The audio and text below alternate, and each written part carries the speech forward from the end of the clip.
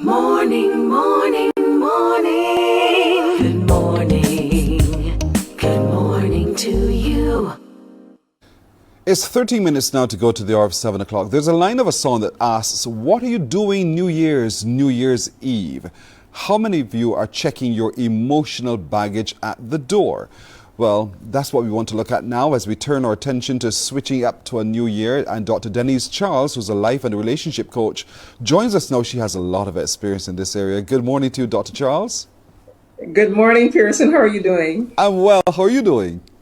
I'm fine, thanks. I had a great Christmas. I'm still enjoying the season. I hope that you are as well. You know, something you read my mind. I was just going to go there. I would look at your face. I said, she had a good Christmas. She definitely Yes. had a good Christmas. But knowing Yes, I did. you know how to live life. You know how to check your emotions and put them in place so that you can still enjoy life. And a lot of people today are struggling with that as they get ready for the new year. So they've had experiences over these last 12 months that have left them jaded, whether it's the pandemic, whether it is loss of a job, the transitioning of a loved one, all of those kinds of things. And so we come to the end of December and we feel heavy and burdened by all of these experiences. How do I feel positive about a new year? I think, Pearson, one of the first things we have to do is to be what I call be self-compassionate. We have to give ourselves a break. We have to understand that we are human. We are fallible human beings. We have flaws. We have challenges. And this is all a part of life. And we have to embrace that life is not perfect. Life is not a cookie cutter thing. You know, life is diverse. It's dynamic. And while we do go through these stressors that you've mentioned just now, we have to see these as incidents or experiences that are there to mold us and shape us and develop us into better people. That's how we have to frame them. So I think when we are at that juncture where we're looking into a new year and thinking about how we can perhaps position ourselves to benefit best from moving into a new space or a new season, as it were, I think we have to start at that point of reflection. We have to look inward. We have to perhaps ruminate over some of the things that we have experienced over the past year, both the good and the bad. Don't only dwell on the bad, although sometimes we tend to do that. Yes. You know, look at both the good and the bad. Look at our blessings. Look at the things that we were able to accomplish. Look at the things that we were able to do well, and applaud ourselves in those instances, but also have some compassion when we think of the things that we perhaps failed at or the things that we didn't do so well. Have some compassion. Don't be too hard on ourselves. I think that's where we need to begin. You say that so well, but you know that you make it sound so easy. But for a lot of people, it's very difficult to be able to look at their failures, look at some of the things that they wished they had done. They look at other people and see what other people have been able to achieve as well, and they begin to condition themselves as a consequence. To compare. They compare and they define themselves within that comparison. And you're saying to me, face it and deal with it. In other words, That's cry right. a little if I have to cry a little. Pearson, if I can be a little bit transparent, Sure. There was a time in my life where I was in a job situation and I was hoping that this job situation, which I loved at the time, would have, morphed into something permanent, and it didn't. And I had to go back to my previous job, and I felt a little depressed at that because that's not where I saw myself professionally. And I talk about this in my book, my last book. But what happened is that over a period of time, I recognized that that was all a part of God's plan. Because had I stayed in that job, I would not have been in a position to grasp several opportunities which came later, which included moving into my writing, moving into my life coaching, moving into dealing with relationships and so on. So sometimes we think that a thing that happens is bad and we only see it we frame it in a negative way. But if we just give it some time and we allow ourselves to trust God and trust the process that life often is and that life is, then we will perhaps see the benefit. We will see how that thing that seemed so negative was really there to position us differently, or to build us up, or to strengthen us, or to just give us a wider perspective on life.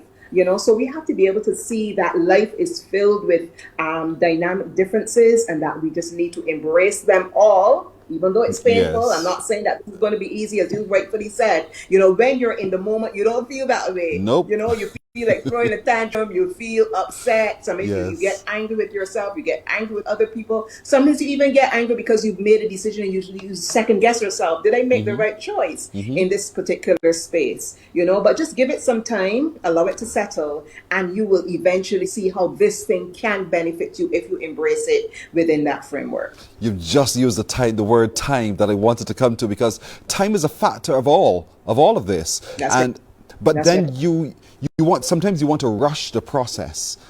And sometimes you can get it wrong. Even when you're baking, you know full well you can't just take the cake out before I it's finished. know, I know, I You end up know. with a disaster.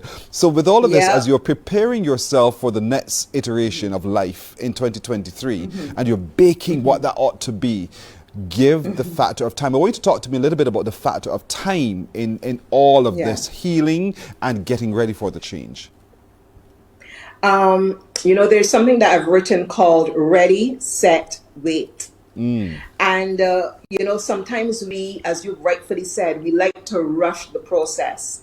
We like things to happen instantaneously, and we're living in that type of society. You know, we have instant coffee, we're able to just swipe our screen, you know, just touch a button, and we Yes. get access to so much information instantly. And perhaps we have been trained to want life instant on that instant trend, but that's not how life works, and that's not how things work. That's not how value is built. Value is built on time. Value is built on going through the journey, walking through the process, whether it's in terms of a relationship, whether it's in terms of your own development as a professional, perhaps some studying that you need to do, something that you want to invest in to see your money grow, you know, things that are of quality. Even when it comes to raising your own children, everything takes time.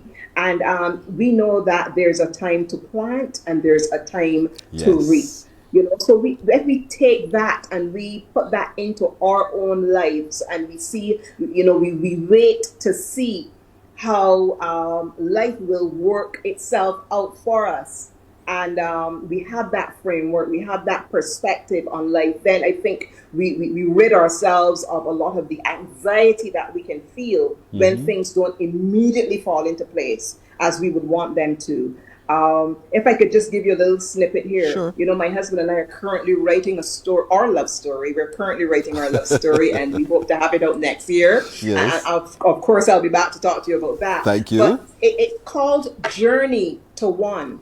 And even when we think of two individuals coming together in a marriage, and we hear the two shall be one, we immediately think that that oneness is automatic and that it happens on the wedding day, when really and truly it's a journey towards oneness. So life is a journey. All of our various circumstances involve the whole idea of journeying. And we just have to relax, enjoy the ride, take the bumps when they come. We may fall into some potholes along the way. You know, the tire may come off and we may need to change a tire. We may need to retire, you Yes. know, and so on. We may need to change the oil and clean that windscreen and so on. And even as I use the image of a vehicle, the is that we have to become intimately actively involved in how life happens to us. Don't just sit back and allow it to happen on automatic pilot.